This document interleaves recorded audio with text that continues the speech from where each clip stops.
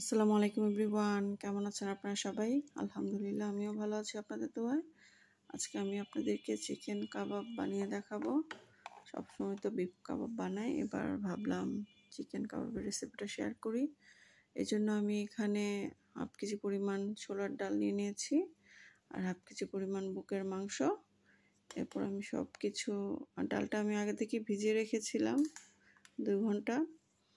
এরপর আমি সব কিছু ধুয়ে তারপর আমি দিয়ে দিয়েছি সামান্য পরিমাণ লবণ আর 1 চামচ মরিচের গুঁড়া আর 2 চামচ আদা রসুন বাটা। আর এখন আমি এখানে 2 কাপ পানি দিয়ে দিব। দিয়ে এখন আমি খুব ভালো করে সিদ্ধ করে নেব মুরগির মাংসর সঙ্গে ডালটা, একদম যতক্ষণ না পর্যন্ত গলে যায় ততক্ষণ পর্যন্ত সিদ্ধ করে নেব। দেখতে পাচ্ছেন পানিটা কিন্তু শুকিয়ে যাচ্ছে। আপনারা চাইলে এখানে গরম মশলাও দিতে পারেন, আস্ত গরম মশলা। তো আমি গরম মশলার গুঁড়োটা একটু বেশি করে দিয়ে দিব, এই জন্য আর আস্ত মশলা দিইনি। আমার মাংস ডালটা কিন্তু শুকিয়ে গিয়েছে।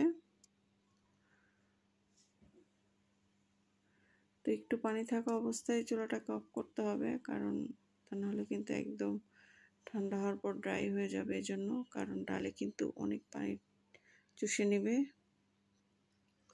তখন আমি চুলাটা অফ করে দিয়েছি। আর এই যে দেখতে পাচ্ছেন ঠান্ডা হওয়ার পরে তারপরেও কিন্তু পানি অনেকখানি শুকিয়ে গিয়েছে, কিন্তু ডালটা খুব ভালো করে সিদ্ধ হয়েছে, একদম সফট হয়ে গিয়েছে। এই যে আমি আপনাদেরকে একটা দেখিয়ে দিচ্ছি। তো এখন আমি এই ডাল আর মুরগির মাংস একসঙ্গে ব্লেন্ড করে নেব। দেখতেই পাচ্ছেন আমি ব্লেন্ড করে নিয়েছি। আপনারা চাইলে শিলপাটা বেটে নিতে পারেন, ওটা আরও বেশি ভালো। তো এখন আমি মশলাগুলো অ্যাড করে দিব। এখানে আমি পেঁয়াজ বেরেস্তা করে রেখেছিলাম, এখানে দিয়ে দিচ্ছি পেঁয়াজ বেরেস্তা।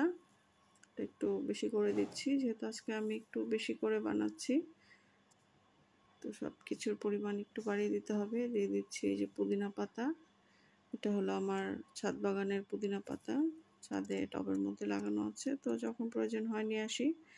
খুবই সুন্দর গ্রান। তো দিয়ে দিচ্ছি পরিমাণ মতো লবণ, আগে থেকেই তো লবণ দেওয়া আছে, এই জন্য একটু কম করে দিয়ে দিয়েছি। এরপর আমি দিয়ে দিচ্ছি আমার স্পেশাল যে গরম মশলা, সেই গরম মশলা। এরপর আমি দিয়ে দিলাম 2টা ডিম। এখন আর কোনো কাজ নেই, খুব ভালো করে একদম মিশিয়ে নিতে হবে, একদম মশলাগুলো যেন খুব ভালো করে মিক্সড হয়। তো একটু সময় নিয়ে মাখাতে হবে। রেসিপিটা কিন্তু অনেক সহজ, আর একটু বেশি করে বানিয়ে রাখলে তো যখন প্রয়োজন হয় তখন কিন্তু বানিয়ে ফেলা যায়। তো আমি লেবু রসটা দিতে ভুলে গিয়েছিলাম, তো এই জন্য এখন দিয়ে দিচ্ছি। তো লেবু রসটা দিয়ে আবার একটু মাখিয়ে নিব।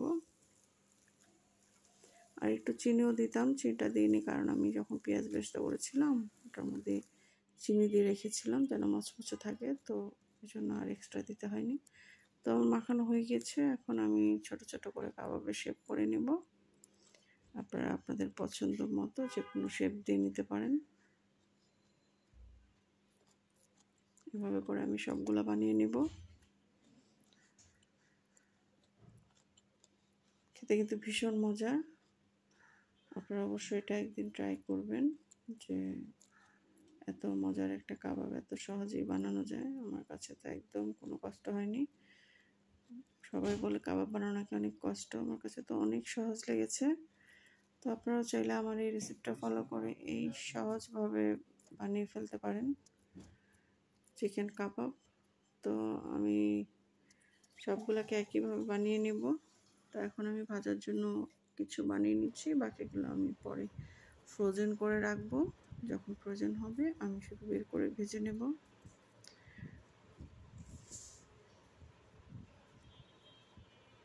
যে 2 হাত দিয়ে বানালে কিন্তু একদম সুবিধা হয়। তো এই যে আমি এখন এগুলো আপনাদেরকে ভেজে দেখিয়ে দিচ্ছি, বাকিগুলো পরে ফ্রোজেন করে রাখবো।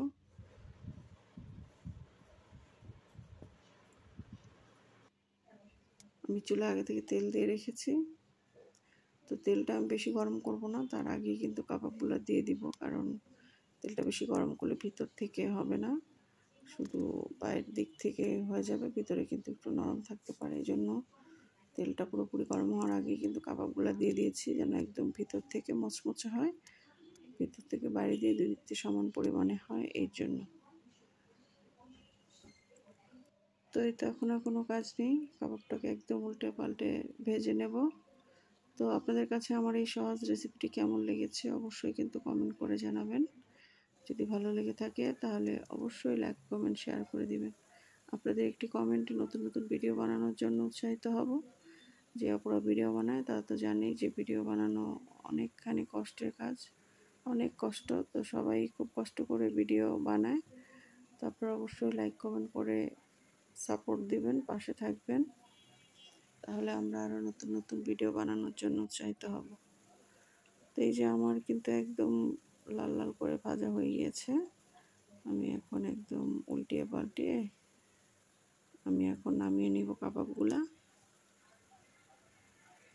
এটা কিন্তু সস ছাড়াই অনেক মজা লাগছিল। আপনারা চাইলে পোলাও, খিচুড়ি বা বিকেলের নাস্তা হিসেবেও কিন্তু বাচ্চাদের দেওয়া যেতে পারে। খুবই মজার চিকেন কাবাব। তো আমার ভাজা হয়ে গেছে, আমি এখন উঠিয়ে নিব। তো এখন আর কোনো কাজ নেই, গরম গরম পরিবেশনের পালা। তো আর আমার ফ্রিজে জায়গা ছিল না, এই জন্য কিন্তু কেউ আবার বাজে কমেন্ট করেন না। আমি এই জন্য ফ্রিজের উপরেই কিন্তু এই কাবাবগুলা রেখে দিয়েছি, যাতে করে ফ্রোজেন হয়ে যায়। তারপর আমি একটা বক্সে ভরে রেখে দিয়েছি, কারণ এইভাবে না রাখলে একটার সঙ্গে একটা লেগে যাবে, এই জন্য। তো এখন বক্সে ভরে রাখলে আর কোনো সমস্যা নেই। তো সবাই ভালো থাকবেন, অনেক বেশি সুস্থ থাকবেন। আজকে এ পর্যন্তই। আল্লাহ হাফেজ।